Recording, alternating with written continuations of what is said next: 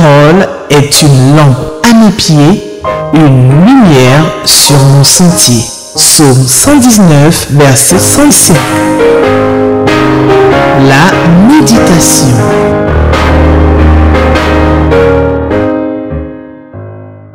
Nous sommes aujourd'hui lundi 26 août 2024.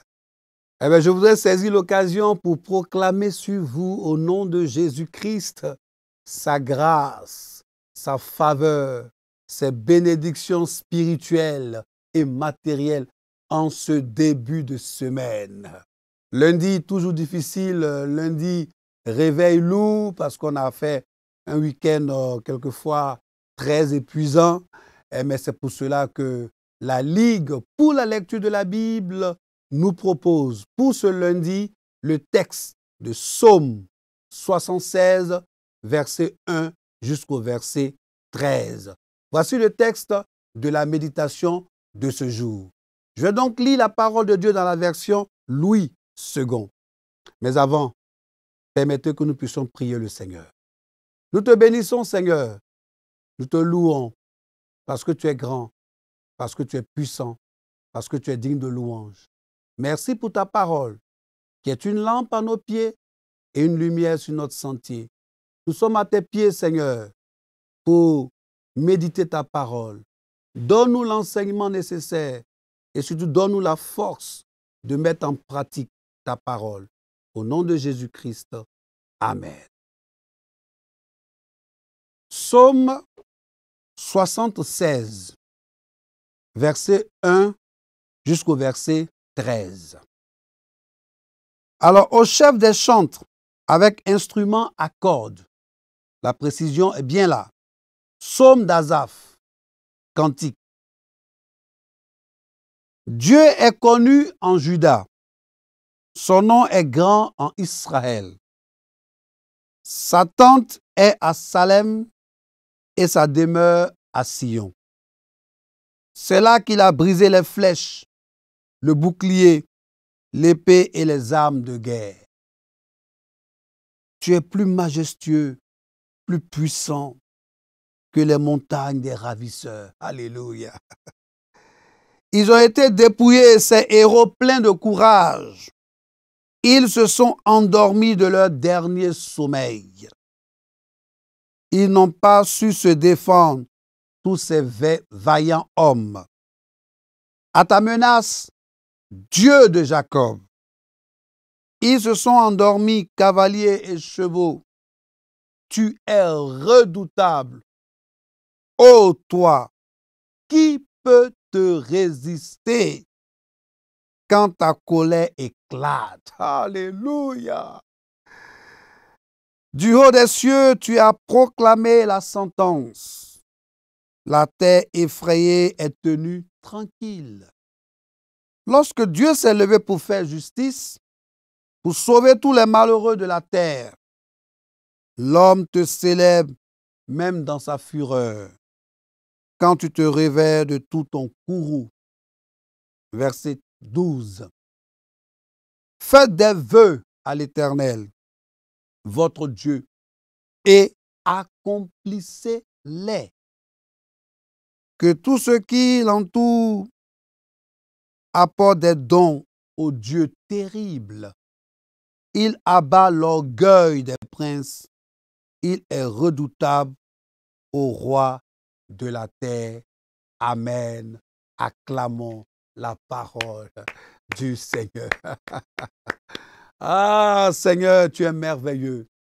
Je disais donc que nous sommes aujourd'hui lundi 26 août 2024 et nous méditons avec le lecteur de la Bible, guide de méditation de la Ligue pour la lecture de la Bible, qui nous pose des questions pour nous aider, n'est-ce pas, à une bonne compréhension du texte ou du passage qui nous est proposé.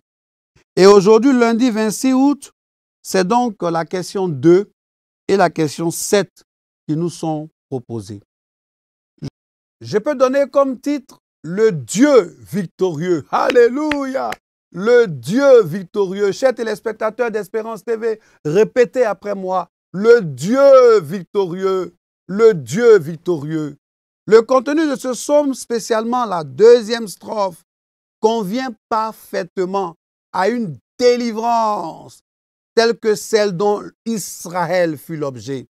Lorsque l'armée de Sanchérib fut presque entièrement détruite par une mortalité subite, on peut voir cela en 2 Rois, chapitre 19, verset 35.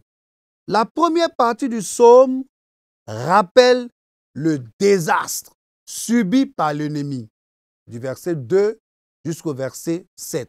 Un désastre. L'ennemi a subi un désastre, une puissante défaite. La seconde partie célèbre, alléluia, la gloire de Dieu, qui éclate dans de semblables jugements, du verset 8 jusqu'au verset 13. Donc, on a vu les 2 parties. Chacune de ces parties comprend 2 strophes. Ces strophes sont séparées l'une de l'autre par un jeu d'instruments.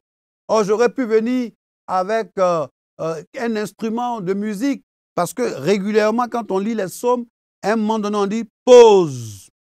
Et puis après, on dit « les instruments de musique ». Et là, c'était au verset 1, au chef des chantes avec instrument à cordes. C'est précisé instrument à cordes. J'aurais pu venir avec une guitare pour bien illustrer cette méditation. Ça sera certainement pour une prochaine fois. Du verset 2 jusqu'au verset 7, c'est le désastre. Dieu est connu. Il est dès longtemps par une série de délivrances auxquelles vient de s'ajouter celle dont il est parlé ici. En Israël, qui subsiste en Juda et Benjamin, malgré la dispersion des 10 tribus. Verset 3. Salem. Salem, c'est l'ancien nom de Jérusalem, ou bien si vous préférez plus simplement Jérusalem. On peut voir cela en Genèse chapitre 14, verset 18. Ce nom est peut-être employé ici à cause de son analogie avec Shalom. Shalom qui veut dire paix. Là où Dieu habite, on trouve sécurité et paix. Là où Dieu habite, on trouve sécurité et paix. Verset 4. Les foudres de l'arc, paf, les flèches qui étincellent et qui volent avec la rapidité de l'éclair. Le verset 3, là, le verset 4. C'est là qu'il a brisé les flèches, le bouclier, l'épée et les armes de guerre. Les foudres de l'arc, les flèches qui étincellent et qui volent avec la rapidité de l'éclair. Mais ce verset nous rappelle Psaume 46, verset 10.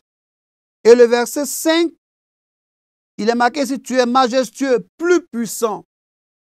Le psalmiste s'adresse à Dieu, dont la gloire dépasse infiniment en éclat celle des puissances terrestres. Ces puissances avec leurs chefs sont comparées à des montagnes formidables, d'où s'élancent les armées qui vont dépouiller les peuples voisins. Il peut paraître, je dis bien il peut paraître, si on évolue, il peut paraître. Donc, étrange à notre goût moderne, que Dieu soit déclaré plus magnifique que des montagnes. Mais de telles images sont familières aux orientaux, c'est-à-dire ceux de là-bas, ceux où on a écrit la Bible. Il y a cette poésie de comparaison qui permet de comparer Dieu à tout ce qui est magnifique, magnifique et magnifique. Le verset 6. Alors le verset 6, ils ont été dépouillés. Ils n'ont plus trouvé leurs mains pour saisir même une arme. Ils n'ont plus trouvé. Et au verset 7, à ta menace, jusqu'après, elle a suffi pour les réduire à la plus complète immobilité. C'est peut-être un mot un peu fort pour certains. Ça veut dire qu'ils ne peuvent plus marcher. C'est-à-dire qu'on est resté dans on n'est plus mobile. On ne peut plus bouger, voilà. Alors, elle a suffi pour les réduire à la plus complète immobilité. Et du verset 8 jusqu'au verset 13, on a affaire à un Dieu redoutable.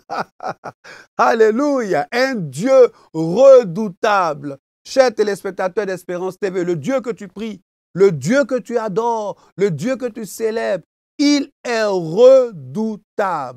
Attention, tu n'es pas n'importe qui. Celui que tu pries, celui en qui tu as mis toute ta vie, c'est un Dieu redoutable. Qui peut résister? Qui peut résister? Ici en Côte d'Ivoire, on a une façon de dire, il n'y a pas aucun.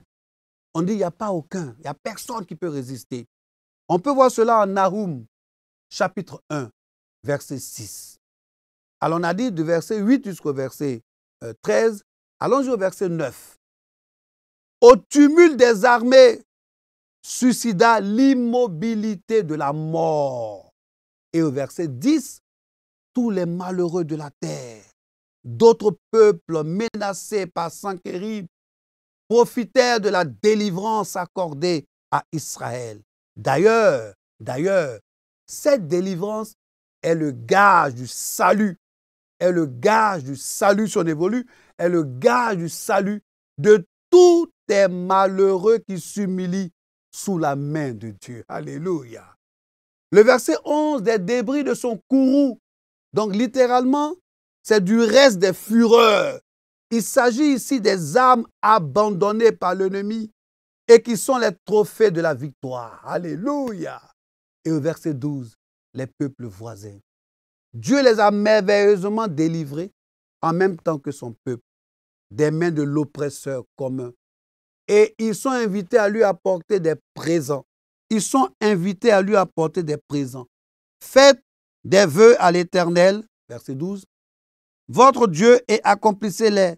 Que tous ceux qui l'environnent apportent des dons.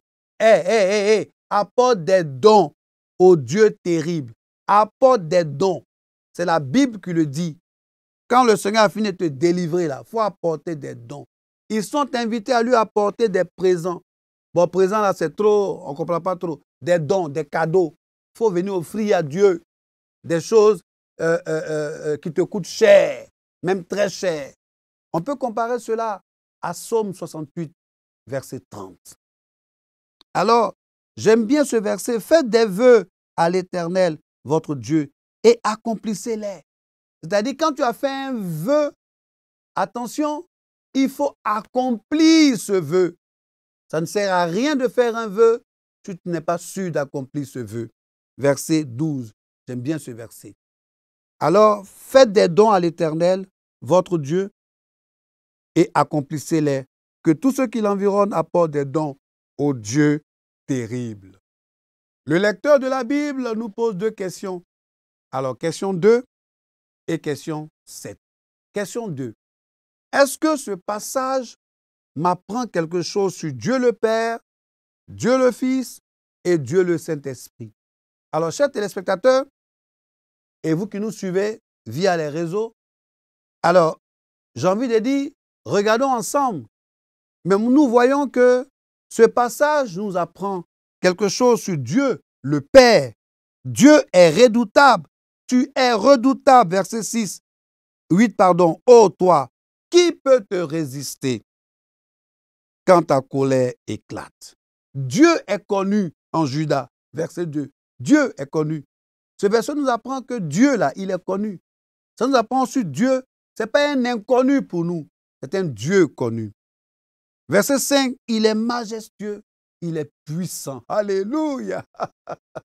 Question 7 du lecteur. Quelle vérité Dieu me révèle-t-il? Mais il y a une profondeur dans le verset 12. Tu fais un vœu à l'Éternel. Dieu te révèle que quand tu as fait un vœu à l'Éternel, pardon, il faut accomplir ce vœu. Chers téléspectateurs d'Espérance TV, si nous faisons un vœu à l'Éternel, s'il vous plaît, accomplissons ce vœu. Je vais plus loin pour dire que Dieu ne t'a pas demandé. Il n'a pas dit qu'il faut ouvrir ta bouche pour faire un vœu. On lance un projet à l'église ou bien dans une œuvre. Toi, seul, tu te lèves, tu dis, je vais donner 800 000.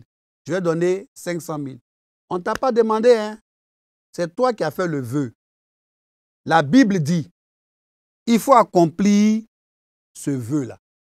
Et il faut apporter dans la maison du Seigneur les dons. Parce que notre Dieu est amour, mais il est un Dieu redoutable. Il est redoutable. Donc, voici la vérité profonde qui se cache derrière ces versets. Nous allons aller donc au commentaire du lecteur de la Bible, édition 2024. Alors, nous sommes aujourd'hui, comme je le disais, lundi 26 août 2024. Psaume 76, verset 1 jusqu'au verset 13. Le Dieu victorieux. Alléluia. Dieu a vaincu des rois qui attaquaient la ville sainte. De même, aux peuples du monde qui font face aux guerres fratricides et terroristes, il le fera. Alléluia. Devant l'agression de son peuple résidant en Juda et à Salem, Dieu a délivré Israël de ses agresseurs. Il contrôle des événements, quelle que soit leur ampleur. Dieu, il contrôle donc des événements, quelle que soit leur ampleur. Il a brisé les foudres de l'arc, le bouclier, l'épée, les armes utilisées dans l'arsenal de l'époque.